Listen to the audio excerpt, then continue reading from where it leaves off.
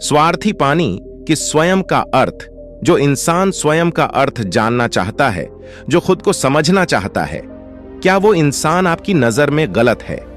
हम जब भी किसी को स्वार्थी कहते हैं तो उसका मतलब तो यही होता है कि वो आदमी स्वयं का अर्थ समझाना चाहता है। तो फिर वो गलत कैसे हुआ? स्वार्थी शब्द दुनिया की नजर में, समाज की नजर में एक अलग ही नजरिए से समझा जाता है। अक्सर हम अपने आसपास ऐसे बहुत से लोगों को देखते हैं जो स्वभाव से बहुत अच्छे प्रतीत होते हैं, यानी कि सब लोगों की मदद करते हैं, सबसे अच्छा व्यवहार रखते हैं।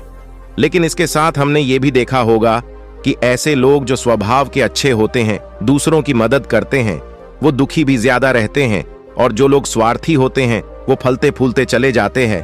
तो ऐसे में परमात्मा की सत्ता पर उंगली उठाना निश्चित है। लेकिन अगर ये सत्य है तो हमें कौन सा मार्ग अपनाना चाहिए? क्या हम भी दूसरों के जैसे बन जाए? पता नहीं आप में से कितने लोग ये मानते हैं कि अच्छे लोग जीवन में बहुत दुखी रहते हैं, लेकिन इसके पीछे का सत्य क्या है? अगर हम इसके पीछे का सत्य नहीं जानेंगे, नहीं पहचानेंगे, तो कहीं ना कहीं हमारा अवचेतन मन भी बुराड़ की तरफ झुक जाएगा। इसीलिए अपने मन में ऐसे विचार पनपने से पहले इस बात की पूरी सच्चाई, पूरा निष्कर्ष निकाल लें, ताकि भविष्य में आपको अपने अच्छे होने पे पश्चाताप ना हो, दुख ना हो। आज की जो बौद्ध कहानी में आपको सुनाने वाला हूं, उसमें आपको 5 ऐसे तरीके पता चलेंगे जिसके माध्यम से अगर आप कर्म करते हैं तो आप अच्छे कर्म भी कर पाएंगे और दुखी भी नहीं होंगे। एक गांव में आनंद नाम का एक युवक रहता था। उसका भरा पूरा परिवार घा। उसके 2 बच्चे थे, उसकी पत्नी थी, लेकिन उसके माता पिता इस दुनिया से चल बसे थे। इसीलिए पूरे परिवार की जिम्मेदारी उसी के कंधों पर थी। बच्चे अपनी पढ़ाई करते थे और उसकी पत्नी अपने घर गृहस्थी के कामों के साथ गाय, भैंस, बकरी इत्यादि का दूध बेचकर अपना घर चलती थी, और आनंद पहाड़ में पत्थर तोड़ने का काम करता था। बहुत ही मेहनत भरा काम था। पूरे दिन काम करता तो रात को थक कर घर पर वापस लौटता। लेकिन इतनी मेहनत करने के बाद भी अगर आनंद को गांव का कोई भी आदमी मदद के लिए बुलाता तो आनंद कभी भी मना नहीं करता था। उसके जीवन का एक ही सिद्धांत था, अगर मैं दूसरों की मदद करूंगा तो परमात्मा मेरा साथ देंगे, परमात्मा मेरे साथ कुछ बुरा नहीं होने देंगे। आनंद अपने इस सिद्धांत का पालन बहुत ही कड़ाई के साथ करता था। वह इस सिद्धांत पर इतना विश्वास करता था कि अगर कोई बाहर का आदमी उससे मदद मांग ले तो वो अपने घर का काम भी अधूरा छोड़कर उस आदमी की मदद करने के लिए पहुंच जाता था, जिसकी वजह से उसकी पत्नी बहुत परेशान रहती थी। वो अक्सर आनंद को समझाने की कोशिश करती थी कि सबसे पहले अपना काम करो। अपने परिवार को देखो, 2-2 बच्चे हैं हमारे, और फिर भी तुम दूसरों के काम करने में लगे रहते हो। अरे अपने घर को तो संभालो। अपना घर संभाल नहीं रहा, दूसरों की मदद करने चले हैं। और जब ऐसी ऐसी बातें आनंद के कानों में पड़ती तो उसके हृदय में कांटा चुभने लगता था और उन दोनों में लड़ाई झगड़ा शुरू हो जाता था। अक्सर उनके लड़ाई झगड़े का यही सबसे बड़ा कारण होता था। लेकिन ना तो आनंद अपने आप को बदल पाया और ना ही उसकी पत्नी ने उसको समझाना कभी बंद किया। इसी वजह से आए दिन उनके घर में क्लेश होता रहता था। जहां तक उस गांव वालों की बात थी तो वो आनंद के स्वभाव को जानते थे, और वो जानबूझकर जो काम आसान भी होता था, जो उनके सामर्थ्य में भी होता था, उस काम के लिए भी वो आनंद को बुलाते थे ताकि उन्हें कम मेहनत करनी पड़े।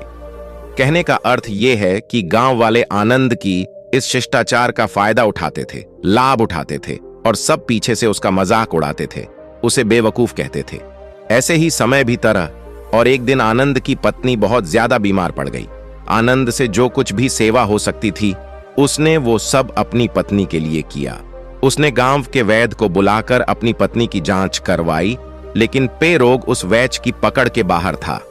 इसीलिए उस वैद्य ने कहा कि तुम अपनी पत्नी को नगर में जाकर किसी बड़े वैद्य को दिखाओ तो तुम्हारी पत्नी की जान बच सकती है। जल्द से जल्द नगर पहुंचने की व्यवस्था करो, नहीं तो तुम्हारी पत्नी के प्राण संकट में हो जाएंगे।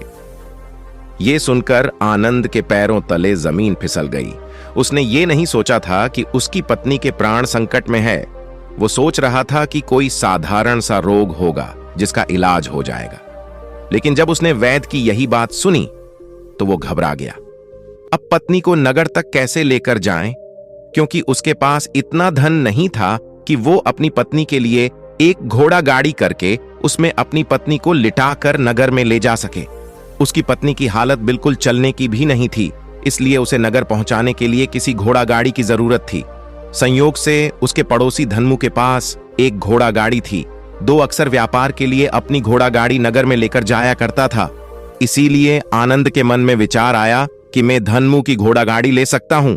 मैं धन्मू की इतनी मदद करता हूं, कभी उसके काम को नहीं टालता, तो वो तो मेरे काम को कभी मना ही नहीं कर सकता। और यही सोचकर वो घोड़ा गाड़ी लेने के लिए धन्मू के पास पहुंच जाता है। लेकिन धन्यू बहुत ही चालाक इंसान था। वो बिना किराए के अपनी घोड़ा गाड़ी अपने सगे संबंधियों के लिए भी नहीं ले जाता था, तो आनंद की तो दूर की बात रही।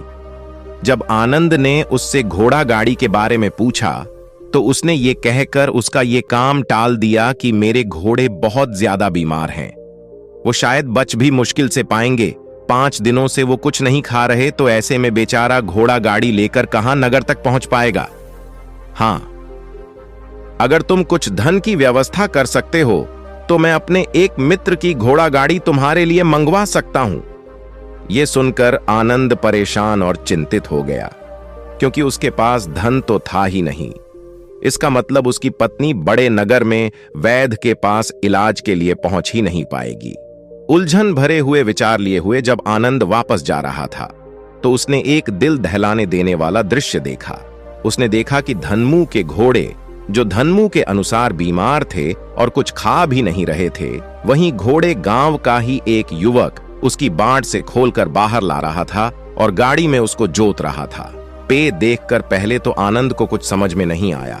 उसके बाद जब आनंद ने उस युवक से पूछा तो उसने बताया कि धन्मू ने ये घोड़ा गाड़ी उसे किराए पर दी है। यह सुनकर आनंद का दिल टूट गया। हमेशा स्वस्थ रहने के लिए आयुर्वेद के 4 नियम।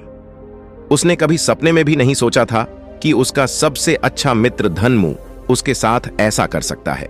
हालांकि ये इस बात पर दुखी होने का वक्त नहीं था, इसीलिए आनंद वहीं से जल्दी से लौट जाता है और गांव के ही एक सेठ के पास जाकर कुछ धन उधार लेकर धन्मू को दे देता है। धनु अपने मित्र की घोड़ा गाड़ी मंगवा देता है, जिसके बाद वो अपनी पत्नी को वैद्य के पास नगर में ले जाता है। जब उसकी पत्नी का इलाज चल रहा था तो आनंद यही सोच रहा था कि एक वो दिन था जब धन्मू की बेटी बीमार हो गई थी और धन्मू यहां पर नहीं था, तो मैं पूरी रात वैद्य जी के पास उसके लिए बैठा रहा था, उसकी देखरेख की थी, उसकी सेवा की थी। इतने दिनों तक धन्मू नहीं आया था, तब मैं ही उसके परिवार की देखरेख किया करता था। हाय, कैसा दुर्भाग्य है ये, जिसके लिए मैंने इतना कुछ किया। उसने एक घोड़ा गाड़ी देने से मुझे मना कर दिया, और वो भी तब जब मेरी पत्नी जिंदगी और मौत के साथ खेल रही थी। कुछ देर बाद वैद्य बाहर आकर आनंद को एक बहुत बुरी खबर देता है। वो आनंद को बताता है कि उसकी पत्नी को कर्क रोग हो चुका है और इसका कोई भी इलाज नहीं है। उसके पास कुछ समय ही शेष बचा है। ये सुनकर आनंद दुखी होकर वहीं जमीन पर बैठ गया। उसकी पूरी दुनिया उजड़ने वाली थी और उसे कोई रास्ता नजर नहीं आ रहा था। कुछ समय बाद उसकी पत्नी चल बसी और अब दोनों बच्चों की जिम्मेदारी उसके कंधों पर आ गई थी। लेकिन यहां पर आनंद के सारे सिद्धांत टूट चुके थे, उसके सारे भ्रम खत्म हो चुके थे। अब उसके दिमाग में एक ही बात थी कि अच्छा कर्म करने से परमात्मा साथ नहीं देता, बल्कि बुरे लोग फलते फूलते हैं, और इस बात का मैं सबसे बड़ा गवाह हूं। ये विचार अक्सर उसके दिमाग में चलते रहते थे और इसी वजह से उसका मन धीरे धीरे संन्यस्त हो गया, देश दुनिया से दूर हट गया। और एक दिन ऐसा भी आया जब वो अपने बच्चों को अपने रिश्तेदारों के पास छोड़कर इस देश दुनिया को त्याग कर एक सन्यासी बनने के लिए घर से निकल पड़ा। उसने गांव में किसी को कुछ नहीं बताया। किसी को नहीं पता था कि आनंद अचानक कहीं गायब हो गया। सन्यास की दीक्षा लेने के लिए वो एक बौद्ध भिक्षु के पास पहुंचता है। बौद्ध भिक्षु उस समय ध्यान में बैठे हुए थे। ध्यान से बाहर जाने के बाद वो बड़े ध्यान से आनंद के चेहरे को देखते हैं और उससे सन्यासी बनने का कारण पूछते हैं। इस पर आनंद उन्हें अपनी पूरी आपबीती सुना देता है और कहता है कि हे महात्मा, इस दुनिया से मुझे कुछ भी हासिल नहीं हुआ। मेरा मन इस दुनिया से विरक्त हो चुका है। जब अपने दोस्तों ने ही मेरा साथ नहीं दिया तो इस दुनिया में रहने का क्या मतलब, और इसी वजह से मैं सन्यासी बनना चाहता हूं। यह सुनने के बाद बौद्ध भिक्षु ने उपदेश देना शुरू किया। उन्होंने कहा कि याद रखना बेटा, जीवन से विरक्त होकर सन्यासी बनना तुम्हें परम सुख तक कभी नहीं पहुंचा सकता, परमानंद तक कभी नहीं पहुंचा सकता। तुम दुनिया से अपने मन पर एक बोझा लेकर विरक्त हुए हो। तुम दुनिया से परमात्मा की खोज करने के लिए विरक्त नहीं हुए हो। इस भ्रम में कभी मत रहना तुम संसार से विरक्त हुए हो, क्योंकि संसार ने तुम्हें धोखा दिया, ऐसा तुम्हें लगता है, इसीलिए तुम परमात्मा पे कभी विश्वास नहीं कर पाओगे और ना ही उन पर अपनी पूर्ण आस्था बना पाओगे। इसीलिए सन्यासी होने का भी तुम पूरा लाभ कभी नहीं उठा पाओगे। सन्यासी होने का लाभ तब मिलता है जब हमारी प्रभु में, परमेश्वर में, परमात्मा में पूर्ण आस्था बन जाती है। मैं तुमसे पूछता हूं, क्या तुम्हारी आस्था परमात्मा में है? यह सुनकर आनंद कहता है कि हे महात्मा, मैं तो दुनिया देखकर आया हूं कि जो बुरे कर्म करता है वो फलता फूलता है, और जो अच्छा काम करता है उसे कुछ भी नहीं देता। परमात्मा उसे दुख ही दुख देता है। इसीलिए मैं परमात्मा पर अपनी पूर्ण आस्था कैसे बना सकता हूं? यह सुनकर उस बौद्ध भिक्षु ने कहा कि यही तो मैं तुम्हें समझाना चाहता हूं कि तुम पूरी ऊर्जा अपनी सन्यासी जीवन में लगाओ और उसके बाद भी तुम्हें फल प्राप्त ना हो तो तुम्हें कैसा लगेगा। इसीलिए किसी की भी मदद करने के लिए मैं 5 सिद्धांत तुम्हें बताता हूं।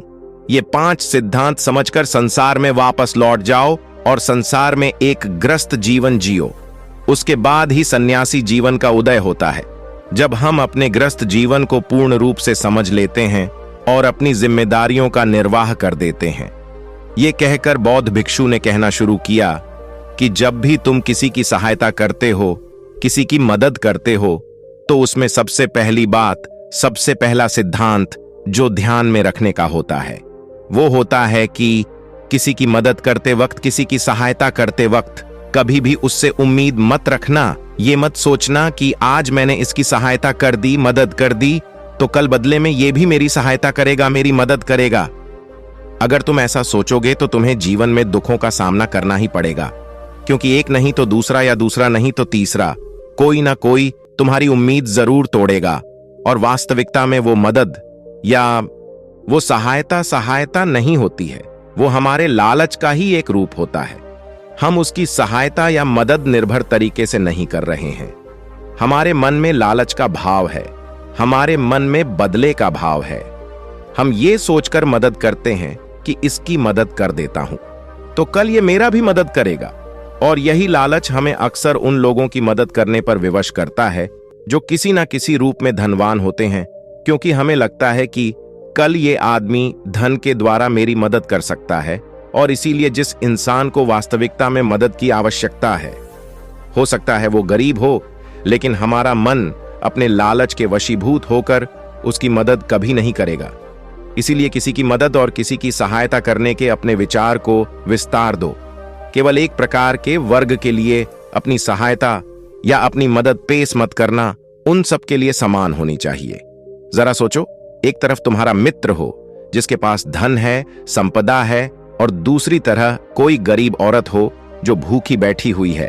तुम्हारा दोस्त तुमसे कहता है कि यार आज तो खाने के लिए अच्छे अच्छे पकवान मंगवा लो बाजार से, और दूसरी तरफ वो औरत तुमसे 2 सूखी रोटी मांग रही है, तो तुम किसकी मदद करोगे? कौन मदद का हकदार सबसे पहले है? सबसे पहले हमारा कर्तव्य बनता है कि उस औरत की भूख मिटाए, लेकिन अक्सर इंसान ऐसे नहीं सोचता। वो अपने दोस्त को तो खिला देगा, उसको तो बाजार से बहुत महंगी वस्तु मांगा के दे देगा, लेकिन किसी गरीब को उसकी भूख मिटाने के लिए पैसा या धन नहीं देगा। दूसरी बात जो ख्याल में रखने की है वो ये कि सहायता करते वक्त हमारा लालच कभी भी उसके साथ नहीं जुड़ना चाहिए। अक्सर हम जब किसी की मदद करते हैं तो हमारा लालच और हमारा स्वार्थ ही उसके साथ जुड़ा होता है, और हम अपनी भविष्य की योजना तैयार करके उस आदमी की मदद करते हैं। हम ये सोचते हैं कि अगर मैं इसका ये काम करूंगा तो भविष्य में ये आदमी मेरा वो काम पूरा कर देगा, और वो सहायता, वो मदद बिल्कुल भी परमात्मा के द्वार को नहीं खटखटाती, क्योंकि वो लालच है। जाहिर है आप अपने आप को धोखा देने के लिए अपने लालच को एक सहायता, एक मदद का रूप दे रहे हैं। तीसरी बात जो ख्याल रखने की है वो ये कि अपने सामर्थ्य के हिसाब से दूसरे की मदद करो। कभी भी एक ग्रस्त आदमी को किसी की इतनी सहायता नहीं करनी चाहिए जिससे कि उसका परिवार और उसके बच्चे का हमें जीवन बिताएं। सबसे पहला फर्ज हमारा होता है अपने परिवार को सुखी रखना, उनकी जरूरतें पूरी करना और उसके बाद दूसरों की मदद करना आता है। लेकिन कुछ लोग दूसरों की मदद पहले करते हैं और अपने परिवार को तवज्जो कम देते हैं, जिससे कि परिवार में लड़ाई झगड़े आए दिन पनपते रहते हैं। और ये सब हम समाज में देखते रहते हैं अपने आसपास। जंगली बार जो ख्याल में रखने की होती है वो ये कि अपना कर्म, अपनी जिम्मेदारियां पहले निभानी होती है। हम अपना कर्म, अपना काम छोड़कर पहले दूसरों की मदद करने के लिए चले जाते हैं, और जब दूसरा बदले में हमारी मदद नहीं करता तो हमारा दिल दुखी हो जाता है। हम सोचते हैं कि मैंने तो अपना काम छोड़कर उस आदमी की मदद की थी और वो आदमी मेरी मदद ही नहीं कर रहा है। इसीलिए अपना कर्म सर्वोपरि, अपना कर्म सबसे ऊपर, क्योंकि वही काम करने के लिए इस दुनिया में हमारा जन्म हुआ है। और सबसे आखिर में जो बात समझने की है वो ये कि परमात्मा की मर्जी से ही सब कुछ होता है। हमारा कर्तव्य है अपने कर्म को करते जाना। भगवान बुद्ध की 4 प्रेरक कहानियां, जिंदगी भर काम आने वाली 4 कहानियां। करनी धरनी तो ऊपर वाले के हाथ में है, इसीलिए जो कुछ भी होता है सब ऊपर वाले पे छोड़ दो। अगर तुम्हें कोई धोखा भी देता है तो ये समझ के चलो कि वो सब ऊपर वाले की करनी होती है। आप ये मान के चलो कि मैं करता नहीं हूं, मैं तो एक माध्यम हूं, करवाने वाला तो वो है, उसके सामने किसकी मर्जी चली। जब ये आस्था, ये विश्वास हमारे मन में पनपने लगता है तो हमारी सारी शिकायतें दूर हो जाती हैं, क्योंकि इस दुनिया में जो भी होता है अच्छे के लिए होता है। जो भी हो रहा है अच्छे के लिए हो रहा है और जो भी होगा अच्छा ही होगा। चाहे हमारी बुद्धि आज वर्तमान में इस सिद्धांत को ना समझ पाए, लेकिन जीवन में कभी ना कभी किसी ना किसी मोड़ पर आपको जरूर ये एहसास होगा कि जो हुआ था वो अच्छे के लिए ही हुआ था। इसीलिए सारी शिकायतें दूर कर दो और बस अपना कर्म करते जाओ। अपने ग्रस्त जीवन को पूर्ण रूप से झीलो और उसके बाद ही सन्यासी जीवन की नींव होती है। इसके बाद बौद्ध भिक्षु ने आनंद को कहा कि वापस अपने गांव लौट जाओ, अपनी बेटियों को वापस लेकर आओ, उन्हें पालो पोसो, अपने बच्चों को वापस लेकर आओ, दूसरी शादी कर लो, लेकिन बच्चों का पालन पोषण अच्छे तरीके से करो। ये सुनकर आनंद अपने बच्चों के साथ अपने गांव में वापस लौट जाता है। गांव में किसी को खबर नहीं थी कि आनंद कहां पर गया हुआ था और वो क्या ज्ञान लेकर वापस लौटा है। लेकिन अगले दिन सुबह सुबह गांव वालों ने आनंद के चेहरे पर एक अलग ही चमक, एक अलग ही आभा पाई।